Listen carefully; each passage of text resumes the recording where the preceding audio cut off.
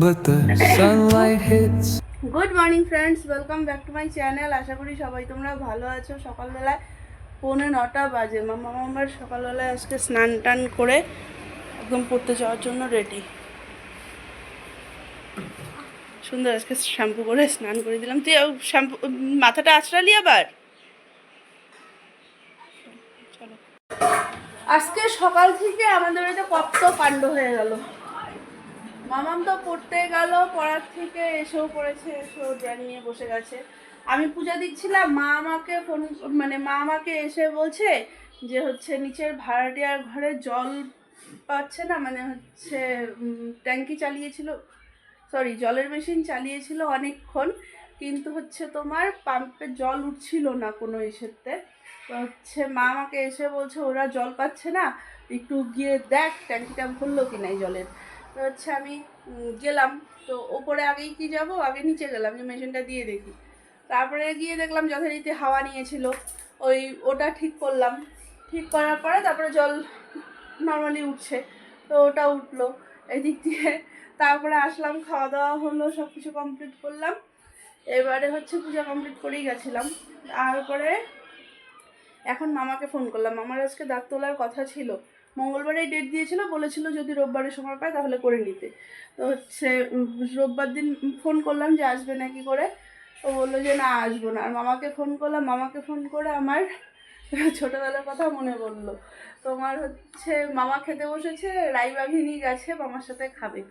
মামা তাই বলছে যে যখনই খেতে বসে রাইবাঘিনী গিয়ে নাকি বসে যে বাবা থেকে একটু খাবে। তো আমি তাই মামাকেও বললাম যে আমার বাবু বিয়ের পরেও, এখানে আসার পরেও, এখানে যখন আসতো তখনও তোমার বাবু ভাতটা মেখে আগে আমার মুখে দিয়ে তারপরে বাবু খাওয়া স্টার্ট করতো। মেয়ে আর বাবার মধ্যে বন্ডিংটা মনে হয় এরকমই হয়। তাই মামার সাথেও আমি গল্প করলাম যে ও তো এতটুকু, আমাকে তো আমার বিয়ের পরেও বাবু খাইয়ে দিয়েছে, এখন আর সেই সুযোগ নেই, পাই না এখন আর। কোথায় চলে গেছে ছেড়ে জানি না। তো এই আর কি, এটাই মনটা ইসে লাগছিলো, ভাবলাম শেয়ার করবো তোমাদের সাথে আর তোমাদের। আর এখানে আজকে গাছে ফুল ফুটেছিল 2টো পদ্ম, আর এইগুলো ছোট ঠাকুমা পাঠিয়েছে। আরেকজন জলপাইগুড়ি যাওয়ার আগেই ছোট ঠাকুমার বাড়ি থেকে ফুলগুলো এনে দিয়ে গেল। তো ও ইচ্ছে করার পরেই আমি আজকে স্নান করলাম, কাপড় ছিল আজকে অনেকগুলো, তো কাপড় চাপড় ধুয়ে টুয়ে নিয়ে তারপরে স্নান করে এসেছি। ঠাকুরের কাপড় তুলে দিই। সবাই মিলে পার্কে এসছে এরা আজকে। আসতে মামাম, সোজা হয়ে বসো, সোজা হয়ে বসো।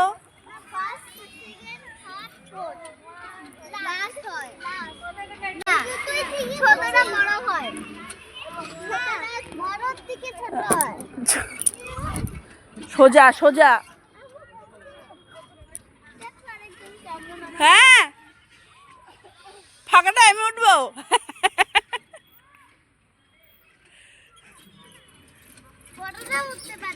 বড়রা উঠতে পারে না, না পরে ভেঙে গেলে মা গো, বলে বড়রা বলে উঠতে পারে।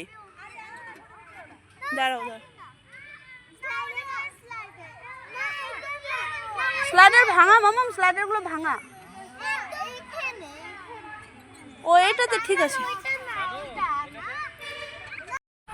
অর্চিশা বলতেছে হ্যাঁ, আমার মা কিন্তু কোনো স্লাইডে উঠতে না করেছে, সব বাচ্চা কাচ্চা ওদিকে খেলছে আর আমরা এখানে বসে আড্ডা মারছি।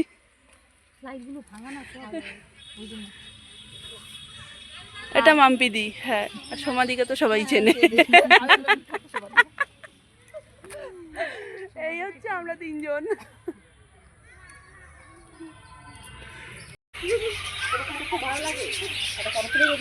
এই কৃতিকা তো ভেতর থেকে ইসে করতেছে গো।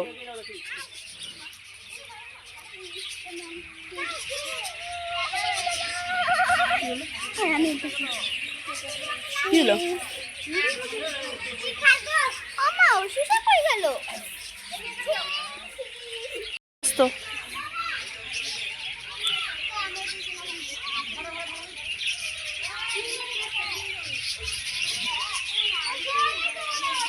না জোরে দোলানো যাবে না, এটা ছিঁড়ে যাবে জোরে দোলালে।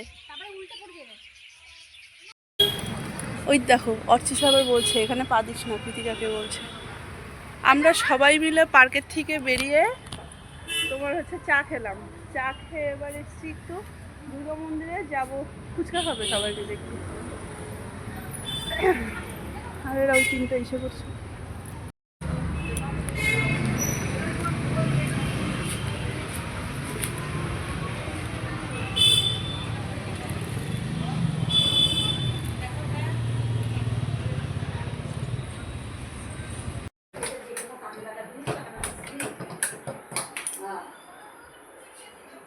পার্কের থেকে এলাম, এসে আস্তে আস্তে অনেকটাই রাত্রি হয়ে গেছিলো, একটু দেরি করলাম, মন্দিরে গেলাম, এসে করলাম। তারপরে হচ্ছে তোমার এখানে আজকে দুপুরে কি ওই ইসের দিকে ময়দার লিচি কেটে রেখে গেছিলাম। এটা হচ্ছে নিমকি হবে, ঘরে বানাবো। মা বেলে দিবে বেশিটা, আমি এসে করবো। মা মালা নিচ্ছে, ততক্ষণ আমি বেলতে থাকি। এখানে কড়াই আমার বসানো হয়ে গেছে।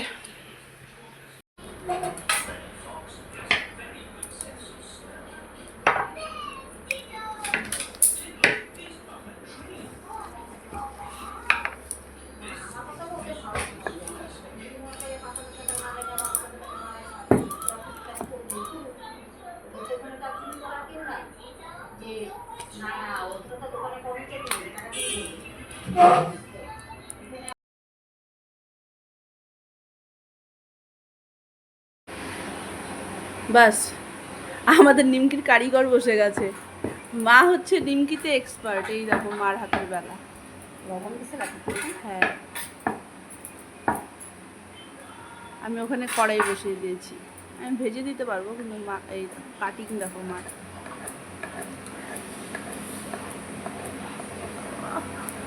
আগের জন্মে নিমকির বাড়ি নিমকির কারখানা ছিল, কারখানা। বুঝতে পেরেছ? একটু গরু রয়ে গেছে। হ্যাঁ, সুন্দর বেশি হয়ে গেছে, ঠিক আছে। আমার গন্ডগোলটা যেটা হয়েছিল একটু ময়দা ছিটানোর। মা একটু হালকা ময়দা ছিটিয়ে নিল, এখন সুন্দর উঠে গেল।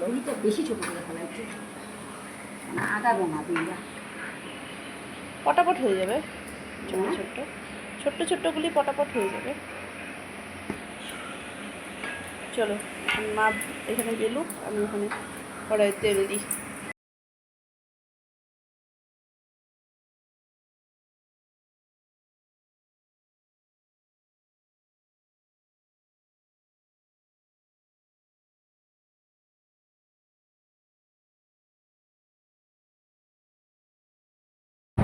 সাড়ে 10টা বাজে। পার্ক থেকে তো বেশ ভালোই ঘুরে টুরে এলাম, কিন্তু হঠাৎ করে যে কি হয়ে গেল কে জানে। মামামের পুরো প্রচণ্ড জ্বর চলে এসছে, গা একদম পুড়ে যাচ্ছে।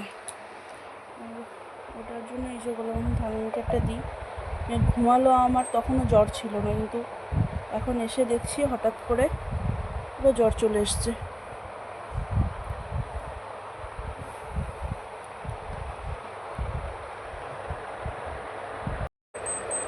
101.4।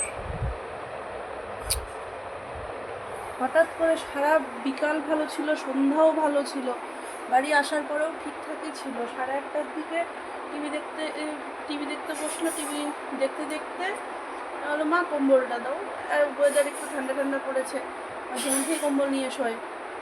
তো হচ্ছে কম্বলটা নিয়ে শুয়ে দেখছিল। তো আমি আবার ওই নিমকি ভাজতে নিলাম। তখন ওর বাবা এসে বললো যে হচ্ছে মেয়ে ঘুমিয়ে পড়ছে। তো মেয়ে ঘুমিয়ে পড়ছে, ঠিক আছে, ওকে খাইয়ে আগে ঘুম পাড়িয়ে নিলাম। 9টার দিকে ওকে ঘুম পাড়িয়ে দিলাম, একদম 8:30টার মধ্যে খাওয়া দাওয়া খাওয়াতে নিলাম। 9টার মধ্যে একদম পুরো ঘুম পাড়িয়ে দিলাম। হঠাৎ করে এসে গায়ে হাত দিলাম, দেখি গা পুরো মানে ও রীতিমতন কাঁপছিল আর কি। তো কাঁপাটা দেখেই আমি স্পেশালি গায়েটা হাত দিলাম। এইভাবে কাঁপছে না, আমি দেখি এতটা জ্বর চলে এসছে কী করে হলো জানি না। এবার হচ্ছে কালকে ওর আছে এক্সাম, স্কুলে তো যেতেই হবে, কি করব বুঝতে পারছি না।